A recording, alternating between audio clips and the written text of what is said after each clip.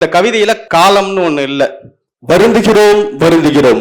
காலம் சென்றவரின் மனைவியும் 500 சொச்சம் பிரசவமும் பார்த்த மருத்துவச்சி செல்லவாங்கியாத்தால் இறைவனடி சேர்ந்தார் என்பதை ஆழ்ந்த வருத்தத்துடன் தெரிவித்துக் கொள்கிறோம்.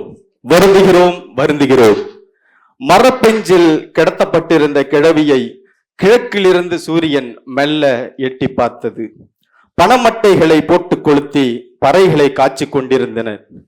வெற்றிலை சீவலை கசக்கி வாயில் திணித்து வாய்கட்டு போட்டு தலைமாட்டில் விளக்கேற்றி சாவகாசமாக அமர்ந்து அழத் தொடங்கினர்.